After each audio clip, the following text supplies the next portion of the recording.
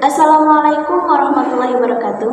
Halo teman-teman, di video kali ini saya akan mereview sebuah buku yang sangat menarik untuk mengkaji sebuah hasanah literatur lokal dan sejarah Islam Nusantara, yaitu bukunya yang berjudul tentang manuskrip Kyai Ageng Imam Puro. Jadi teman-teman, ada juga identitas buku singkat mengenai manuskrip Kyai Ageng Imam Puro. Nah, buku ini itu ditulis oleh Heru Budi Suseno dan Muhammad Masrofiki.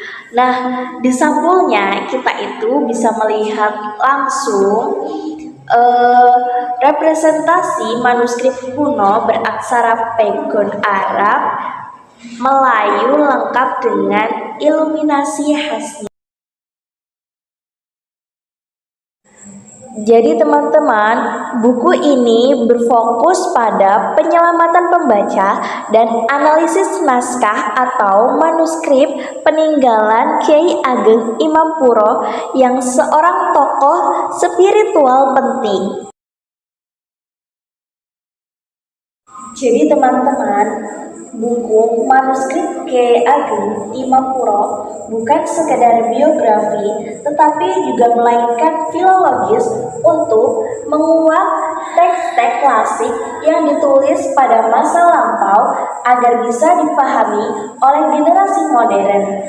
Nah, biasanya manuskrip ulama Nusantara seperti ini memuat ajaran seperti tauhid, tasawuf, fikih, doa, hingga catatan sejarah lokal atau silsilah yang menjadi bukti perkembangan islamisasi di daerah tersebut. Jadi teman-teman, ada juga nih keunggulan dari buku ini, yaitu buku ini tuh menyertakan transkripsi atau dokumentasi fisik naskah asli seperti yang terlihat pada gambar cover ini, sehingga pembaca tuh bisa merasakan langsung nilai autentisitas sejarahnya. Ada juga nih kelebihan buku ini, yaitu yang berhasil menyambung teks masa lalu yang sulit dibaca. Kan aksara pegon gundul bisa menjadi literatur yang mudah dipahami dan informatif bagi akademisi maupun masyarakat umum.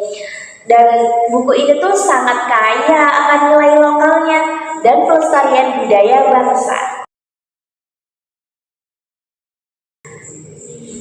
Nah, teman-teman, meskipun buku manuskrip ini tuh sangat luar biasa dalam menceritakan atau menyelamatkan sejarah, tetapi buku ini juga ada kekurangannya, yaitu yang terletak pada segmentasi pembaca yang cukup terbatas karena bahasanya yang sangat teoritis dan berfokus pada filologi.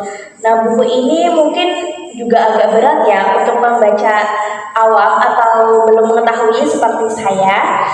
Nah, selain itu, buku ini juga tuh kayak tergantungan pada konteks sejarah lokal yang membuat pembaca harus lebih pelan untuk benar-benar memahami latar belakang tokohnya.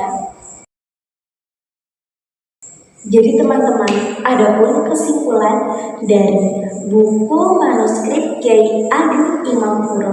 Jadi buku ini tuh bukan hanya sekedar dokumentasi sejarah yang kurang berkembang atau kaku, tapi juga melainkan sebuah dari jembatan penting yang menghubungkan antara generasi masa sekarang atau masa kini dengan kearifan lokal pada masa lalu melalui pendekatan filologi. Buku ini juga berhasil menyelamatkan warisan intelektual yang berharga agar tidak hilang di telan zaman atau seiring perkembangan zaman.